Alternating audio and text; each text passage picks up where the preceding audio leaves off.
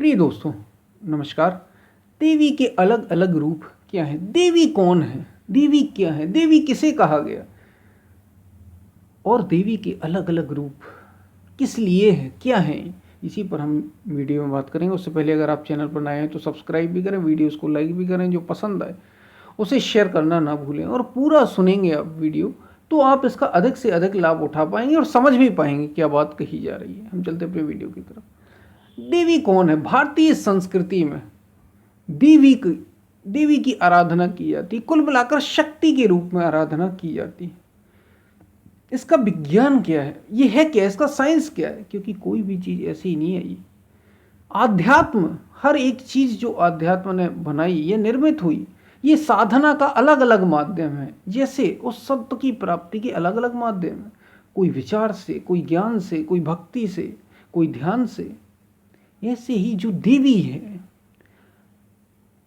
योगियों ने, साधकों ने अपने ही भीतर महसूस किया कि शक्ति के अलग अलग केंद्र हैं, कहीं बाहर नहीं। याद रखिए, सबसे पहली बात तो हमें यह पता होना चाहिए कि ईश्वर, यह जिसको परमात्मा कहा, यह जिसको अस्तित्व कहा, हमें उस तक पहुंचना है। वो कहीं बाहर नहीं मिलेगा। हर घट मेरा साईया, वो कहाँ है? भीतर ही है। परमात्मा भीतर आपके बसते। तो उस तक हमें पहुंचना है। उसके लिए हमने 33 करोड़ देवी देवता इस भारतीय परंपरा ने दिए। इसका मतलब भी समझ लीजिए। 33 करोड़ का अर्थ ही है आप जितने चाहें उतने बना सकते हैं। आपकी चॉइस है। आप गणेश जी को पसंद करते हैं, आप देवी को पसंद करते हैं। आप देखिए, जब आप देवी भागवत या आप ऐसे पुराण पढ़ते हैं जो माता से संबंधित है, देवी से संबंधित है, तो आप देखेंगे उसमें सब कुछ देवी ही है। जब आप शिव पुराण पढ़ते हैं, ये शक्ति पुराण, देवी पुराण की बात है। देवी पुराण में सब कुछ देवी है। देवी ने ही सब सृजित किया। देवी ही सबसे बड़ी है, उनसे बड़ा कोई है ही नहीं। जब आप शिव पुराण पढ़ते हैं तो शिव से बड़ा कोई नहीं। जब आप विष्णु पुराण पढ़ते हैं तो विष्णु ही सब कुछ है, आदि भी, मध्य भी और अंत भी। ऐसे ही आप जितने भी पुराण पढ़ेंगे उन सब में यही आएगा, वही सबसे बड़े हैं और सब उनसे छोटे हैं। उनने ही सब सृजित किया। कुल मिलाकर बात इतनी है कि जिस भक्त ने जिस रूप में उस परमात्मा को चाहा, वो उस रूप में उसे ले सकता है। बस कुल मिलाकर हमें प्राप्ति करनी है। कुल मिलाकर इसलिए शाक्त परंपरा है,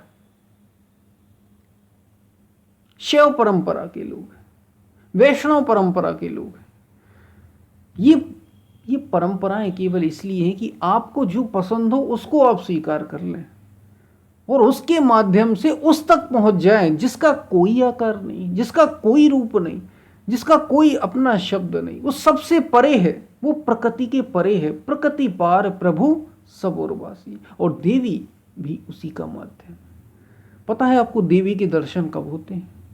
जब उस सत्य की अनुभूति हुई तब देवी के दर्शन हुए, तब वो प्रकट हुई। देवी के दर्शन होना आत्मदर्शन ही है। आत्मदर्शन के बिना देवी के दर्शन नहीं होते, या आत्मदर्शन ही देवी के दर्शन है। जो सच में जानते हैं, ये तो उपासना है, वे यही सत्य बताएंगे। बाकी तो आप केवल बाहर की चीजें अगर करने में, आडंबरों में उलझ गए तो आप माया में ही पड़ गए। एक तरीके से बाहर ही नहीं उलझना, ये भीतर के लिए है। इसलिए देवी का, जैसे नवरात्रि में साधना की विशेष अवसर हैं, साधना की विशेष दिन हैं। खुद ही आप देवी की, देखिए कितना अद्भुत है, खुद ही आपने देवी का निर्माण किया या करवाया, उसके बाद प्राण प्रतिष्ठा करवाई या की, और उसके बाद उनकी पूजा की, निरंतर 9 दिन आराधना की, अलग अलग रूपों में आराधना की, और उसके बाद आपने ही उनका विसर्जन कर दिया। यानी एक हो जाना। विसर्जन का मतलब ये कि तुमने खुद, इसका अर्थ पता है क्या है? आपने खुद अपने देवता, अपने देवी, अपने प्रभु परमात्मा भगवान का जिस रूप में चाहते थे उस रूप में, जैसे जो शक्ति के उपासक है वे देवी के रूप में, आपने उनका आह्वान किया, निर्माण किया, उनकी पूजा की, इतनी पूजा कि उनसे एक हो गया। और विसर्जन, विसर्जन का मतलब ये दो ना रहा, द्वैत ना रहा, एक हो जाना। तो ये प्रतीक के रूप में, ये सिंबॉलिक है नवरात्रि, जो बाहर हम मनाते हैं उस रूप में, असल में ये भीतर जाने का माध्यम है, साधना का विशेष माध्यम है, शक्ति की साधना का विशेष माध्यम। निर्गुण हो गया, अंत में निराकार हो गया, उसमें एक हो गया, दो नहीं रह गया, एक ही हो गया। देवी के अलग अलग रूप क्या हैं? हमारे ही भीतर शक्ति के अलग अलग केंद्र, जिसको चक्र भी कह लें आप, चक्र भी कहा, कहीं कहीं आध्यात्म में चक्र की बात आती है। तो शक्ति के अलग अलग केंद्र, जैसे मूलाधार, स्वादिष्ठान, मणिपूरक, अनाहत, विशुद्धि, आज्ञा, और अंत में सातवां, ये तो 6 हो गए। और एक बड़े परे की बात, जो अंतिम है, सहस्त्रार्थ, जिसमें पूरा हो जाता है, अंतिम है। तो ये शक्ति के केंद्र हैं। और अलग अलग हमारे महापुरुषों ने 9 केंद्र बताए, किसी ने 7, किसी ने 9 के रूप में, जैसे ये चक्रों के रूप में। तो ऐसे ही शक्ति के केंद्र हैं, इनके माध्यम से, जैसे 9 रात्रि, ये शक्ति के केंद्र भीतर हैं। आपने उससे आकार के रूप में, जैसे पहला शैलपुत्री, दूसरा यानी पर्वत के समान, दूसरा ब्रह्मचारिणी, फिर ब्रह्मचर्य का पालन, तीसरा चंद्रघंटा, चौथा कूष्मांडा, पांचवा स्कंद माता, छठा कात्यायनी, सातवां कालरात्रि, आठवां महागौरी, और 9वां सिद्धिदात्री, सिद्धि की अवस्था आ गई। ये साधना की क्रमशः सोपान है, भीतर ही ये शक्ति के केंद्र मौजूद हैं। जैसे जैसे आप साधना करते हैं, जो शक्ति के साधक हैं, जो इस रूप में उपासना करते हैं, धीरे धीरे चेतना के तल हैं, एक तरीके से 9 तल बना दिए, उनको ही देवी के रूप में कहा। और एक एक देवी का आकार, क्योंकि आकार से साधना बड़ी सरल हो जाती है। आकार ही मनुष्य देखता क्या, आकार के रूप में ही देवी देवता को देखता है, क्योंकि सत्य तो निर्गुण और निराकार है, उसका कोई आकार नहीं, वो तो परे है आकारों से। तो उस तक पहुंचने के लिए ऐसे आकार बना दिए, ये भीतर ही शक्ति के केंद्र मौजूद हैं।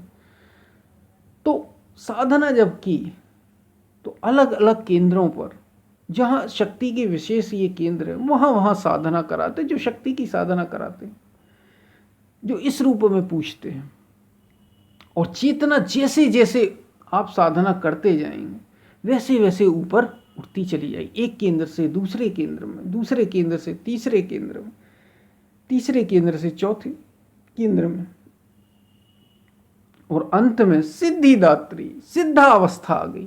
यानी सिद्धा का मतलब ही है एक हो गए उस परमात्मा से, जिसकी हम आराधना कर रहे थे लगातार। चेतना का अंतिम रूप, चेतना माया के गुणों को पार कर गई, गुणातीत हो गई बस। तो देवी के दर्शन वास्तव में जो सच में है वो दर्शन हो जाते। पहले तो हम आकार के रूप में उनके दर्शन कर रहे हैं, जो हमने ही बनाए, जो हमारे संतों ने, जिन्होंने ये साधना की, उन्होंने निर्मित किए, बनाए, बताए, ताकि सरलता हो। और अंत में आपको उस निर्गुण निराकार परमात्मा से चेतना का तल उस स्तर पर पहुंच गया। उठते उठते, ये मन के ही तल है, उठते उठते इस स्तर पर आप पहुंच गए कि दो ना रहा, एक हो गया वास्तव में। तब देवी के दर्शन होते, ये सच्चे दर्शन। पहले तो आपने कल्पना की, और इस कल्पना को अंत तक, इतना उपासना को इतनी ऊंचाई तक पहुंचा दी है कि फिर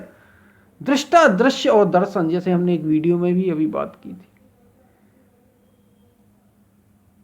वो तीनों एक हो जाए, दृष्टा, दृश्य और दर्शन, या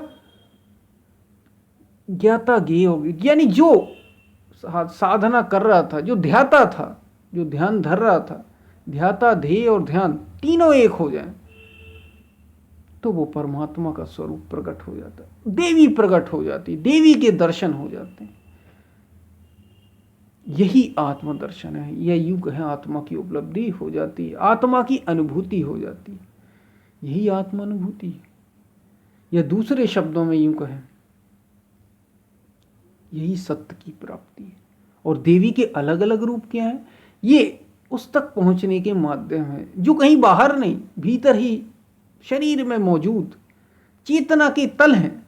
जैसे जैसे चेतना के तल ऊपर उठते गए, किसी ने 7 कहे, किसी ने 9 कहे, इनको पार धीरे धीरे चेतना करती गई, उठते चले गए, साधना करते हुए, ध्यान करते हुए, और अंत में सारे गुणों से, प्रकृति से पार हो गए। सो देवी के दर्शन हो गए, परमात्मा की प्राप्ति हो गई। असल में, वास्तव में जैसी वो है उससे एक हो गए, अलग नहीं रहे। याद रखिए, प्राप्ति तब होती है, देवी के दर्शन तब होते हैं, आत्म अनुभूति तब होती है, ब्रह्म अनुभूति, सारी बातें एक है जब आप दूर न रह जाए, अलग न रह जाए हमसे वो सत्ता जिसकी हम आराधना कर रहे थे, जिसकी हम उपासना कर रहे थे, वो अलग न रह जाए। ये हुई प्राप्ति। तो हमने ये बात की शक्ति की उपासना के रूप में। सारे माध्यम है। श्री रामकृष्ण परमहंस कहते, जातो मत तातो पथ। जितने मत हैं, जितने मत हैं, यानी जितने धर्म हैं, जितने विचार हैं, उतने पथ हैं, उतने रास्ते हैं ईश्वर तक पहुंचने के। जितने मत हैं, जो जो कहता है कि इस माध्यम से, इस माध्यम से, इस माध्यम से, ये सारे माध्यम है उस एक परमात्मा की अनुभूति की, उस सत्य की अनुभूति की, देवी की अनुभूति के, उस अस्तित्व की अनुभूति के, उससे एक हो जाने के। तो ये बात थी देवी के दर्शन। देवी के अलग अलग रूपों की हमने बात की। क्या है ये रूप? देवी कौन है? देवी के दर्शन होते कब? हम फिर मिलते हैं, तब तक के लिए